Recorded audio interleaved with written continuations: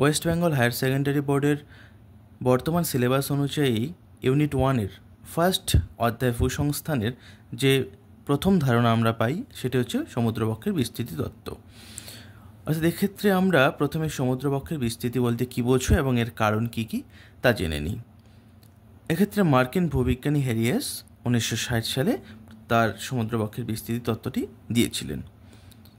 তার মতে মহাসাগরের তলদেশে থাকা ভূত্বক বা পাত পরস্পরের বিপরীত দিকে সঞ্চালন করলে অথবা লাভা নির্গমনের কারণে শৈলশিরা গঠনের মধ্য দিয়ে সমুদ্রবক্ষ ধীরে ধীরে প্রসারিত হয়, অর্থাৎ সমুদ্রের আয়তনের বৃদ্ধি ঘটে। এটি সমুদ্রবক্ষের বিস্তৃতি তত্ত্ব নামে পরিচিত বা সমুদ্রবক্ষের বিস্তৃতি নামে পরিচিত।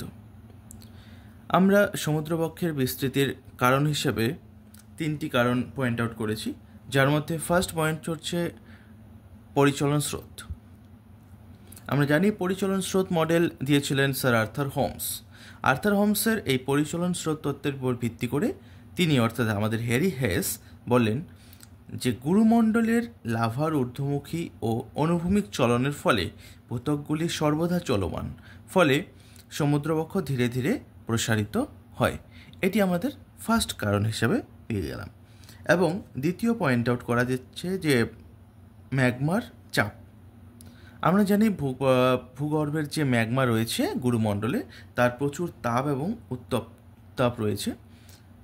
এক্ষেত্রে ভূ অভ্যন্তরে উত্তপ্ত ম্যাগমার চাপের হ্রাস বৃদ্ধির কারণে ম্যাগমার উপরের দিকে উঠে আসে এবং সমুদ্রের শৈলশিরা ও নতুন ভূত্বক গঠনের মধ্য দিয়ে সমুদ্রবক্ষের বিস্তৃতি ঘটায়। অর্থাৎ কোনো ফাটল দিয়ে সমুদ্রবক্ষের তলদেশে থাকা কোনো ফাটল দিয়ে যদি ম্যাগমা নির্গত হয়, সেই ম্যাগমা সেখানে জমাট বেঁধে নতুন ভূত্বক সৃষ্টি করে এবং সমুদ্রবক্ষের সামান্য আয়তন বৃদ্ধি ঘটে। এবং পরবর্তীতে থার্ড পয়েন্ট আউট যদি আমরা দেখি পাতের সঞ্চালন।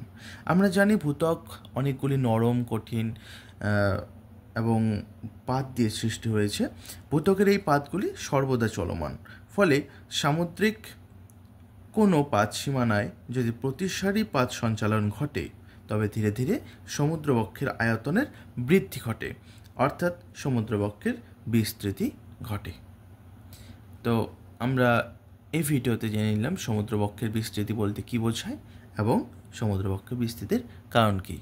অর্থাৎ সমুদ্রবক্ষের আয়তন বেড়ে যাওয়াকেই আমরা বলছি সমুদ্রবক্ষের বিস্তৃতি।